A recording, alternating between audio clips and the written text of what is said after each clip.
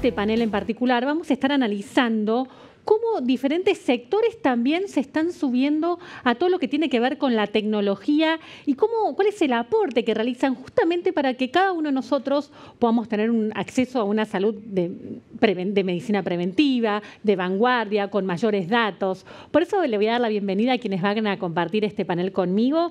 Esteban Lipinski. Hola Esteban, ¿cómo andás? Gracias por la invitación. Un placer, Esteban. Esteban es gerente de proyectos de innovación de Mirgor. Mirgor, un grupo industrial. Contanos qué es Mirgor. Una empresa que desarrolla, fabrica y comercializa productos de electrónica para industria automotriz y de consumo masivo. Industria automotriz, consumo masivo, y estás acá en un panel de salud. Ahora vamos a averiguar bien por qué. ¿Es una empresa nacional? 100% nacional. ¿Y cuánto hace que estás trabajando en el grupo? En el grupo hace 2 años. Vamos a conocer un poquito más sobre tu historia, Esteban. Gracias. Esteban Lipinski, gerente de proyectos e innovación de Mirgor.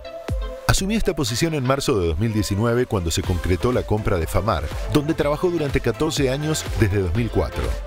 Luego se incorporó a Idemia, hasta que se sumó al equipo de Mirgor. Esteban es ingeniero electrónico y miembro de una asociación ucraniana de scouts donde participa de diversas actividades. Muy diversos, los perfiles de quienes van a compartir este panel. Esteban es ingeniero electrónico y ahora le vamos a dar la bienvenida a Mariano Allende, es subgerente médico de urgencia de OSDE. Bueno, tuviste un año, la verdad, me imagino, más que intenso. Hola, gracias por la invitación. Sí, fue un año movido, intenso y bueno, todavía seguimos preparados como todos para continuar con esto. Tu formación, Mariano, médico... Soy médico pediatra, estudié en la Universidad de El Salvador y bueno, después la vida y el trabajo fue llevándome a hacer gestión.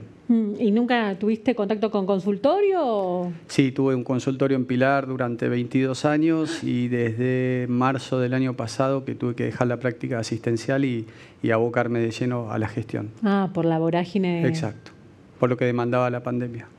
Bueno, ahora vamos a conocer un poco más de la historia de Mariano. Doctor Mariano Allende, subgerente médico de urgencias en OSDE. Asumió esta posición en 2020 y cuenta con 11 años de trayectoria profesional en OSDE. Mariano es médico pediatra de la Universidad de El Salvador. Realizó la residencia en el Hospital de Niños Ricardo Gutiérrez, matrícula 87.714. En sus ratos libres elige la música y el deporte. Y seguimos presentando a quien conforman este panel, Lucas Capuano, en otro sector, pero tan importante porque son tantos los eslabones que hacen que podamos tener una mejor salud, que todo llegue en orden, como es el sector logístico. Lucas es director comercial del segmento salud del grupo logístico Andreani. Hola Lucas, ¿cómo andás? Hola Carla, ¿cómo estás? Muchas gracias por la invitación y por el espacio. También Lucas tuvo un año intenso porque justamente el grupo fue el encargado de distribuir las vacunas que llegaban a la Argentina. Correcto, sí, un año muy especial por haber tenido la responsabilidad de distribuir, haber retirado, almacenado y también contribuido en la distribución de 70 millones de vacunas que vamos en estos días, llevamos ya en todo lo que tiene que ver con el plan de vacunación argentino, así que un orgullo también por haber contribuido en eso, ¿no? ¿Y cuánto hace que trabajás en el área logística? Hace 15 años que estoy en la compañía, siempre estuve trabajando en logística y en esta compañía, así que esa es mi trayectoria profesional. Vamos a seguir compartiendo un poquitito más de tu trayectoria. Lucas Capuano, director comercial del segmento salud del grupo logístico Andreani. Asumió este rol en 2018 y trabaja en el grupo hace más de 15 años desarrollando estrategias comerciales para diversos segmentos del negocio. Lucas es licenciado en marketing y en su tiempo libre disfruta del fútbol, el golf y la música. Y completa el panel Ricardo Munafó. Ricardo es director del Centro de Cirugía de Cadera y Rodilla de la Trinidad de Palermo. También médico, como Mariano, egresado de la Universidad de La Plata. Hola, ¿cómo andás? Hola, Carla. Buenas tardes. Muchas gracias por la invitación. ¿Cómo estás viendo el escenario actual en salud? Bueno, nosotros particularmente siempre tratamos de ir adelante, por eso estamos aportando tecnología al servicio de la cirugía de cadera y rodilla y por eso hemos incorporado un robot que se dedica a ese tipo de cirugías. Uy, no, en un ratito te pregunto, queremos saber cómo es eso del robot en la sala de operaciones. Es como, uno dice, quiero que me opere el robot. Hay mucho mito con respecto a eso, nos vas a decodificar todo en un ratito, pero antes vamos a conocer un poquito más sobre tu historia. Ricardo Munafó, director del Centro de Cirugía de Cadera y Rodilla del Sanatorio de la Trinidad Palermo. Ingresó a la compañía en 2019 con la inauguración de la Trinidad Palermo. Ricardo se graduó como doctor en medicina en la Facultad de Ciencias Médicas, Universidad Nacional de La Plata. Realizó la residencia médica en el Hospital Naval Buenos Aires y es especialista en cirugía de cadera y rodilla del Hospital Universitario La Petite-Salpêtrière en París. Excombatiente de Malvinas, sus hobbies son el tenis y los caballos criollos. Uy, Ricardo, excombatiente, qué fuerte. Sí, fue una experiencia que me tocó vivir inesperada. ¿A qué edad? Tenía 23 años, gracias a Dios pude superarla y puedo contarla. ¿Viajaste como médico? Viajé como médico, estuve la mayoría del tiempo en el buque Bahía Paraíso, que era el buque hospital. Recorrimos todo el teatro de operaciones y vimos obviamente la parte más cruel de la guerra, que son los heridos. Y la parte más difícil de entender, porque entiendo que cuando uno está en el campo de batalla siente otras cosas, pero cuando uno ve el drama y eso fue lo que nos golpeó. Pero bueno, por suerte lo hemos superado y aquí estamos. Bueno, la verdad que gracias, ¿no? Pues un acto de entrega. Esteban, ¿cuáles fueron las transformaciones que planteó toda esta vorágine que nos sacudió esta pandemia en un sector como el tuyo, ¿no? Que no tiene directa relación con el sector de salud, pero sí? Así es. Bueno, cuando se planteó la pandemia, desde Mirgor pensamos cómo colaborar desde el punto de vista tecnológico y dar un aporte a la sociedad. Entonces sabíamos que había una demanda de respiradores que iba a ser difícil satisfacer y en conjunto con una empresa cordobesa, se llama Leinstum, una empresa de larga data de ingeniería y fabricación de insumos médicos, en colaboración escalamos la producción que esa empresa habitualmente hacía. ¿Ustedes hasta ese momento nunca habían fabricado respiradores? En ningún momento. Y lo que hicimos fue comprender cómo funcionaba ese proceso productivo y escalarlo en varias veces en una de nuestras plantas productivas en Tierra del Fuego. Esto permitió en un lapso de 2 meses fabricar cerca de 2.000 respiradores, que es un equivalente a una fabricación en una etapa normal de unos 10 años. En la Argentina en 10 años se fabricaban esa cantidad de respiradores y ahora en este contexto lo hicieron en 2 meses. Exactamente. Ese fue uno de los aportes que hizo la compañía con su conocimiento en la industrialización masiva de productos. Por otro lado, con Toyota Argentina y el ITBA, viendo que también muchos de los insumos de los respiradores estaban en falta, lo que hicimos fue desarrollar un asistente mecánico de respiración para poder abastecer en el caso que sea necesario. ¿Cómo es? ¿Cómo funciona ese asistente mecánico? Básicamente es la bolsa de aire de resucitación manual, también conocida como AMBU. Eso permite proporcionarle a un paciente un oxígeno o un flujo de aire. Lo que hicimos fue automatizarla empleando un motor eléctrico que se usa en un vehículo de Toyota, la electrónica que fue provista por Mirgor, junto con el software también, y podemos decir que el aporte del ITBA fue fundamental para entender cómo tenía que funcionar todo esto, que fue uno de los aprendizajes más grandes para nosotros. Mariano, Esteban hablaba de aprendizajes. ¿Cuál fue el aprendizaje que dejó toda esta experiencia? La verdad que el aprendizaje fue mucho porque tuvimos que ser efectivos y ágiles a la hora de poder dar respuesta a todos los afiliados que necesitaban atención en contexto de la pandemia. Como también que entendimos de lo que se trataba del COVID y que el paciente no quería salir de su casa y el médico tampoco tenía muy en claro entrar a los domicilios. Entonces recurrimos a la creación del médico de cabecera virtual, de la consulta médica online, soportados por una herramienta de monitoreo remoto. Entonces, como decía él, con respecto a los respiradores, nosotros veníamos desde el 2018, tardamos 2 años en hacer 100.000 consultas médicas online. Este número lo alcanzamos en 4 meses. Bueno, eso también tiene que ver con la gente, ¿no? Exacto, tiene que ver con el volumen y con lo que es esta pandemia y con la capacidad de contagio que tiene y con los picos y las aceleraciones. Y bueno, eso fue lo que llevó a todo el mundo a ponerse ágil y rápido para poder abarcar esto. Claro, porque esta pandemia aceleró muchos procesos. En otro momento, la verdad que uno hubiera preferido ir al médico que hacer una teleconsulta. Y en este contexto uno pudo comprobar que una teleconsulta es tan eficiente como ir al consultorio. Exacto, lo aceleró y lo forzó, porque fue una cuestión de necesidad, el cual nos llevó a hacer esto y fue muy bien aceptada.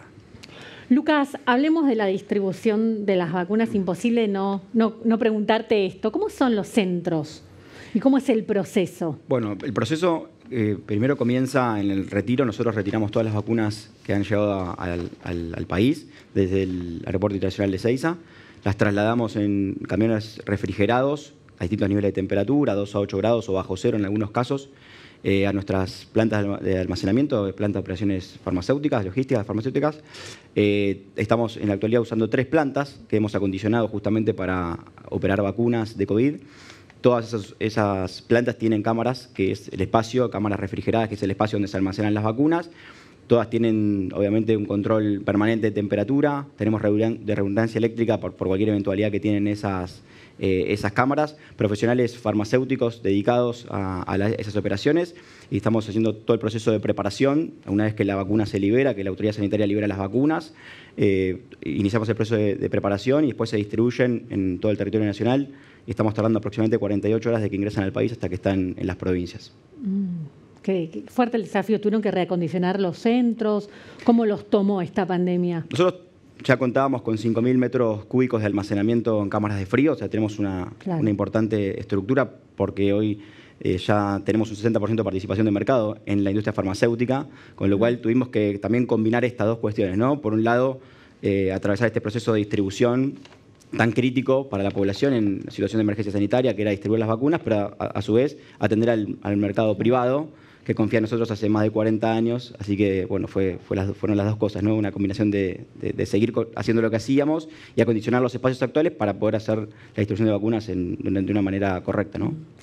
Ricardo, lo adelantabas en tu presentación. ¿Trajeron un robot para operar?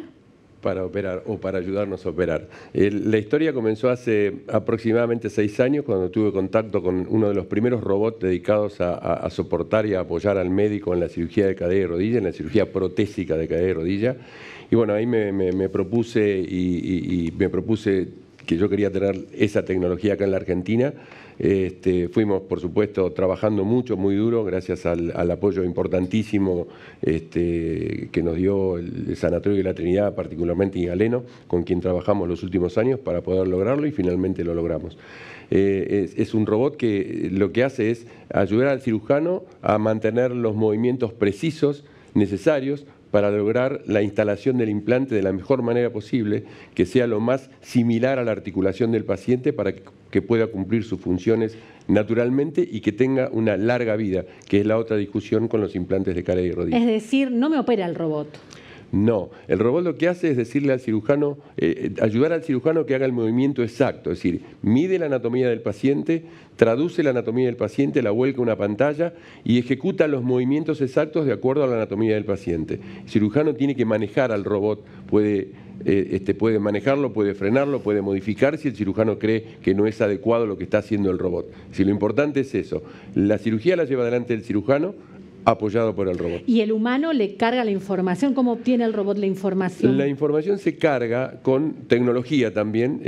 La tecnología de diagnóstico en Argentina está muy avanzada, si se puede hacer con lo que se llama tomografía computada 3D, con eso se carga la información al robot, el robot la sincroniza después con lo que uno toma en el acto operatorio, es decir, con trackers, va tomando los puntos anatómicos más importantes, eso hace que traduzca la anatomía real del enfermo para poder después decir cuál es el número de implante, cuál es la longitud del miembro, cuál es la biomecánica adecuada para que esa articulación funcione normalmente.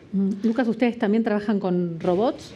Sí, correcto. Lo que tiene que ver con las operaciones logísticas en general, el uso de la tecnología y robots, lo que nos permiten lograr eficiencia y rapidez. Incluso el año pasado, en términos de pandemia, nosotros multiplicamos nuestro nivel de operación. Hemos llegado, en la actualidad estamos distribuyendo más de 4,5 millones de productos o de envíos por mes y hemos incorporado ya un segundo sorter, que es un clasificador de paquetería automático, justamente para agilizar este proceso de distribución y que las personas reciban sus envíos de manera más rápida. En la industria de la salud hacemos lo mismo.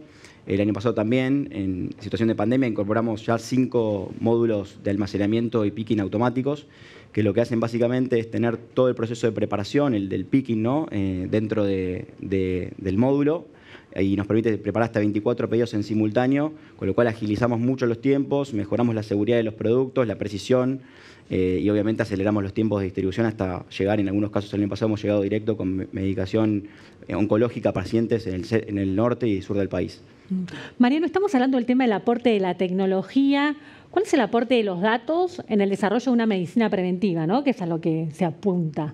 Claramente todo lo que tiene que ver con recopilación de información, datos, estadísticas, tendencias, va a ayudar a lo que es la prevención, sabiendo cuáles son las medidas más adecuadas para disminuir los potenciales factores externos que puedan hacer que las personas se enfermen.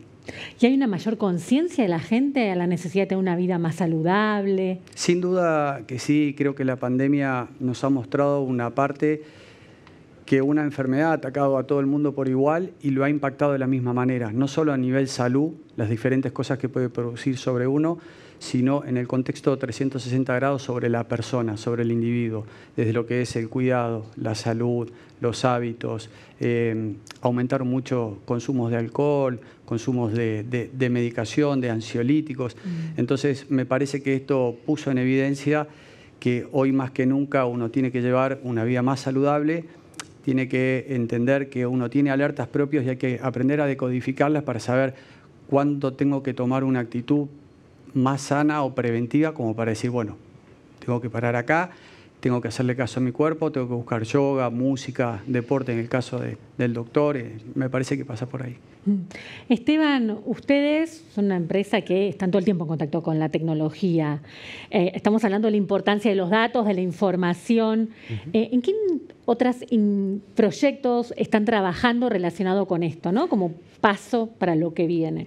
A raíz del contacto que tuvimos con los profesionales de la salud, nos dimos cuenta que podíamos hacer un aporte en llevarle los datos desde la casa del paciente, en caso que esté ambulatorio, hacia el profesional de la salud. Y así surgió una solución llamada Oxytemp, que básicamente hace uso de un sensor que se le entrega al paciente, su teléfono celular, y eso viaja hacia una nube donde el dato es procesado, principalmente para entregar un dato totalmente válido, que no tengamos ninguna duda de la certeza que ese valor viaja hacia el profesional de la salud. ¿Pero qué pasa con esos datos? Es decir, ¿son públicos? Hay un tema con la información, ¿no? Sí, lo que cuidamos muchísimo es la calidad con la que guardamos ese dato y que eso sea lo más personal posible. ¿Qué significa eso? Que solo exista un acuerdo entre el paciente y su profesional médico y solo ellos tienen acceso a sus datos. A esa autopista de información solo va a tener acceso el paciente y el profesional. Exactamente. ¿Y la persona lo puede tener al alcance de la mano, tal vez en el celular? La persona utiliza su celular con el que está acostumbrado a estar en el día a día, con una aplicación adicional, y la misma aplicación la tiene el doctor para poder monitorear a su grupo de pacientes. Entonces, la ventaja que permite esto es, en el caso que un doctor tenga que monitorear una gran cantidad de pacientes, este sistema le permite listar cuáles están en peor condición para colocar más foco o darle más atención.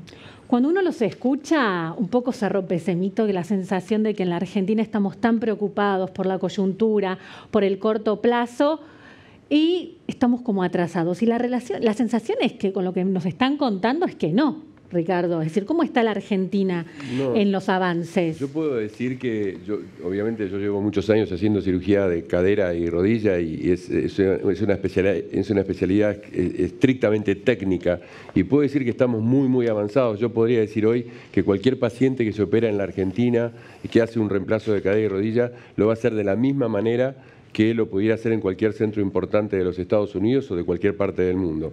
Digo esto en determinados sectores, por supuesto. En mi caso en particular, lo que nosotros ofrecemos acá es exactamente lo mismo. Misma tecnología, mismo instrumental, misma prótesis y ahora con la incorporación del robot creo que llegamos al punto más alto. Lucas, en la logística estamos en la misma línea, ¿no? No tenemos nada que envidiarle a un centro logístico del primer mundo.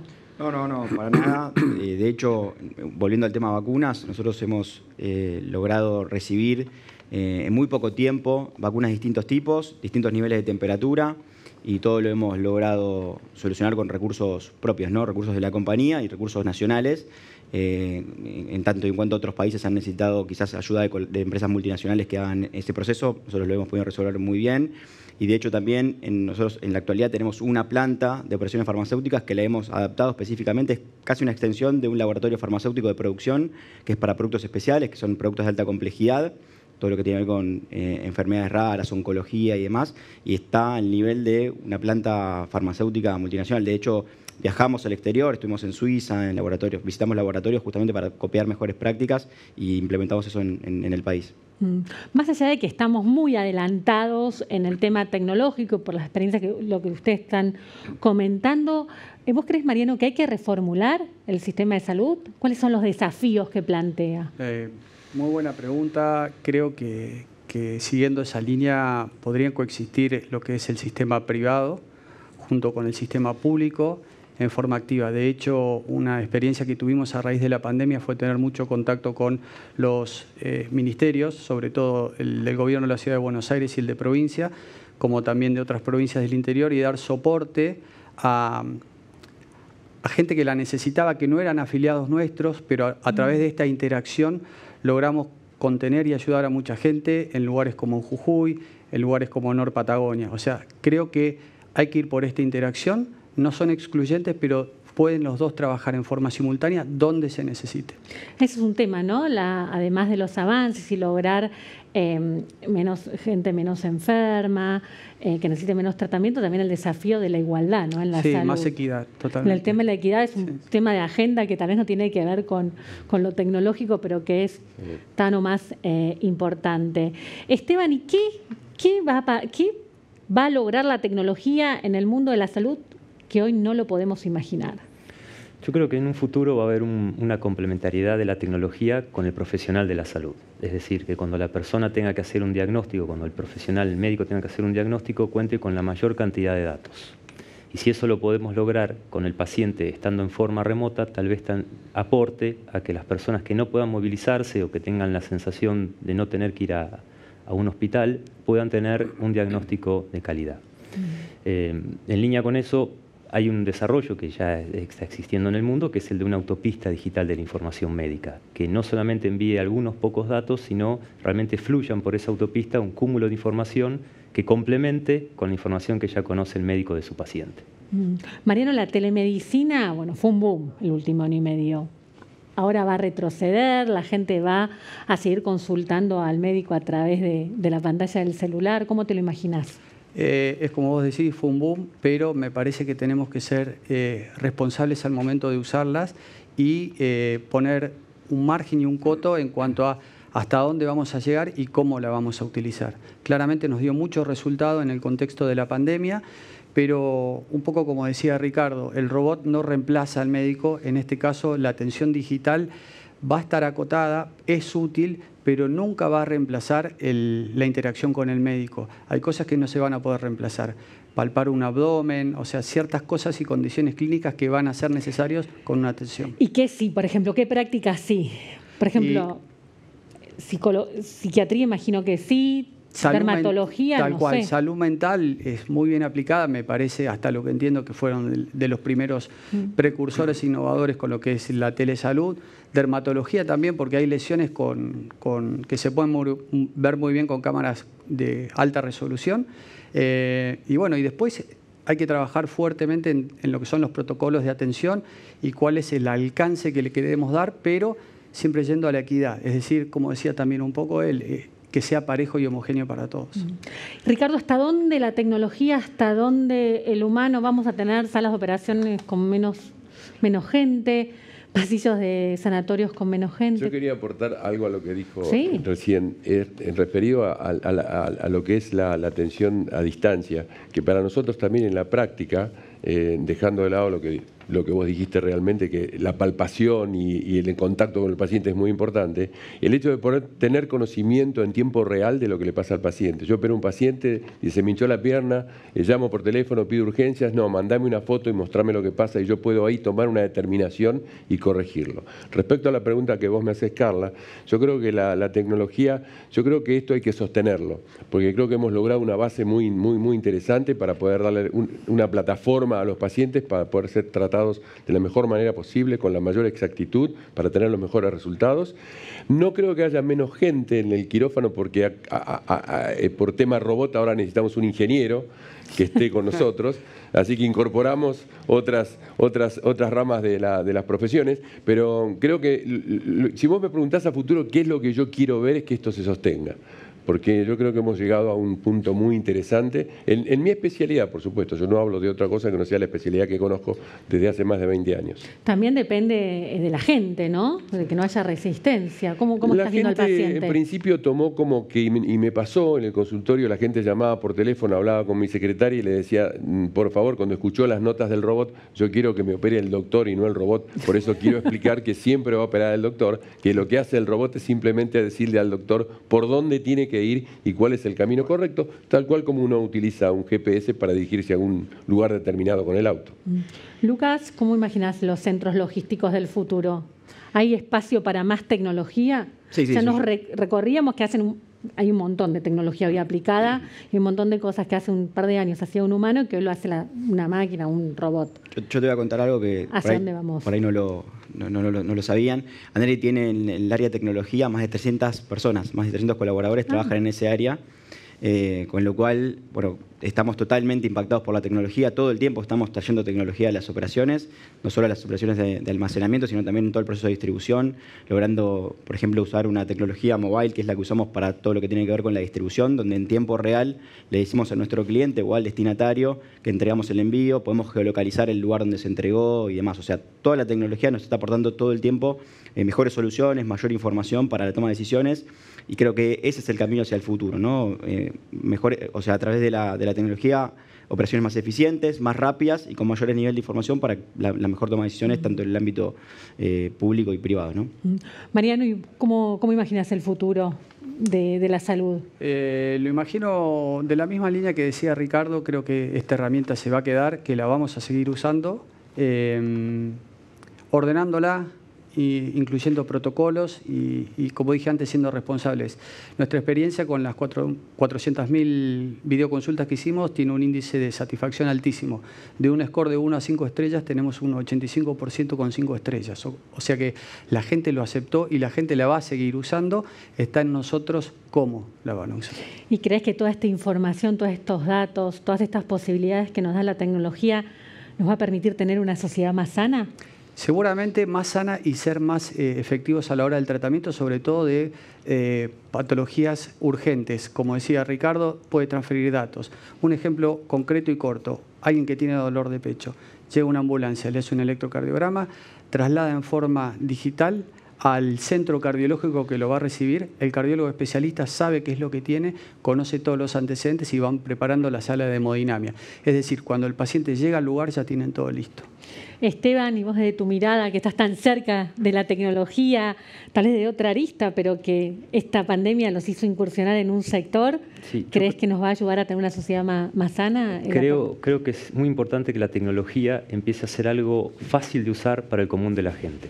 O sea, que estos elementos que permiten la telemedicina y demás pasen a ser elementos de uso cotidiano y que no requieran un conocimiento técnico profundo. Que sea algo que aporte calidad de vida a las personas sin que sea demasiado complejo.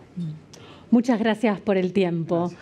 Y así cerrábamos este panel en que analizábamos el poder de la tecnología justamente para lograr una sociedad más sana. Ahora nos vamos a seguir metiendo en las transformaciones del sector. Mirad todo lo que viene.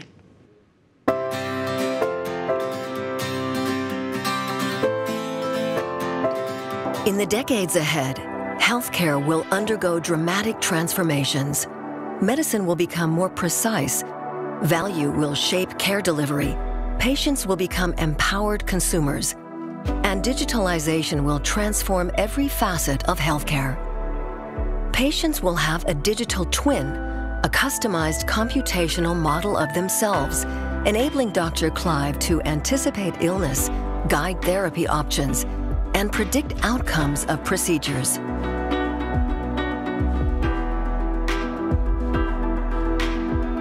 Expanding precision medicine will enable radiologists to make highly specific diagnoses for Stephen without unwarranted variations. AI-powered decision models, fed by vast population health data, will improve diagnostic accuracy.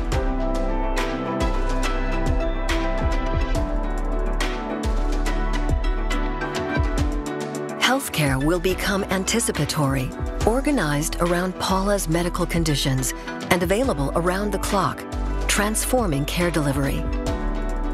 Multidisciplinary, highly productive care teams structured around patients and their needs will collaboratively deliver the full cycle of care. All interactions with John will become convenient, personalized, and compassionate, improving patient experience. Supported by real-time monitoring and guidance, John will become more empowered and have physical and virtual access to care when and where he needs it.